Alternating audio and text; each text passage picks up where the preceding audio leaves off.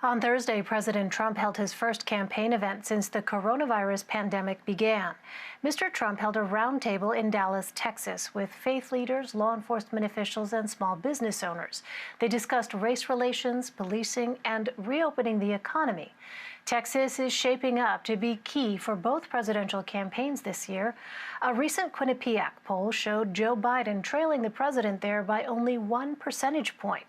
For more, I'm joined by Gromer Jeffers. He's a political writer for the Dallas Morning News. Gromer, thank you so much for being with us.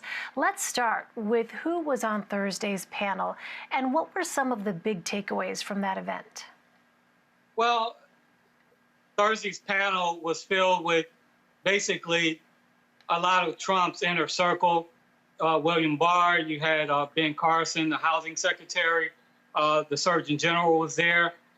And the big criticism was that he didn't include local law enforcement experts like the Dallas police chief, the Dallas County District Attorney, and also the Dallas County Sheriff. All of them are African American, so that was the criticism. But the panel did include some conservative law enforcement experts, a couple of local ministers, and the police chief of a suburban town here called Glen Heights. And Gromer, you mentioned the fact that those top 3 law enforcement officials from Dallas County were not there. Do we know why they weren't invited to the event? No, we haven't got a great explanation for that as to why they were not invited to the event. We do know the Dallas mayor, Eric Johnson, an African American, was invited. He declined. But the experts, the law enforcement officials, they were not invited. We don't know why. We haven't had an explanation. Well, as we mentioned, President Trump is neck and neck with Joe Biden among Texas voters, according to that Quinnipiac poll. But a Democrat has not won the state since Jimmy Carter defeated Gerald Ford back in 1976. Are there any real indications right now that Texas might actually flip to blue? Well, the polls, but also the level of activity from Democrats is pretty impressive to this point.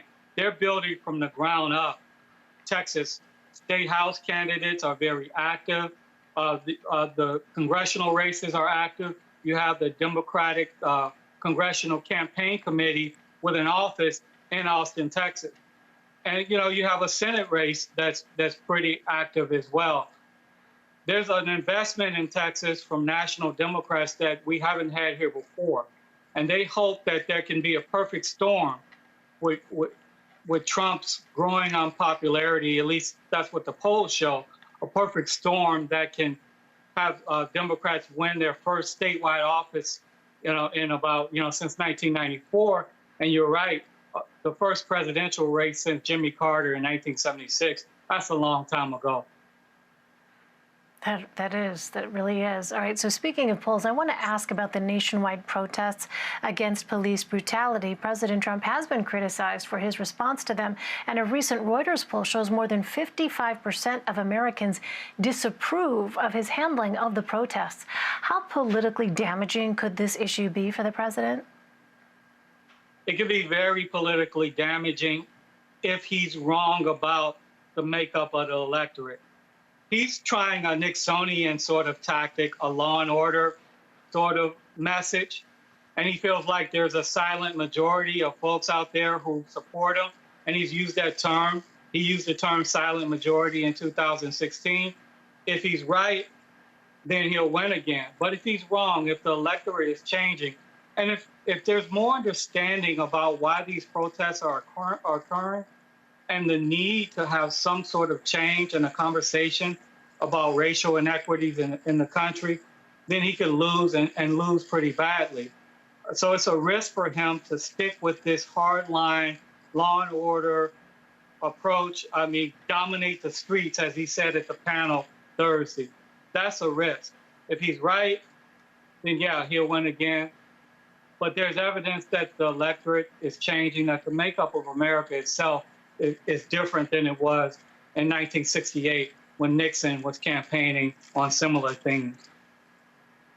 Right, because we have seen not just one, but several polls, if I'm not mistaken, that suggest a majority of Americans do in fact support those demonstrators who are in the streets right now in the wake of George Floyd's death.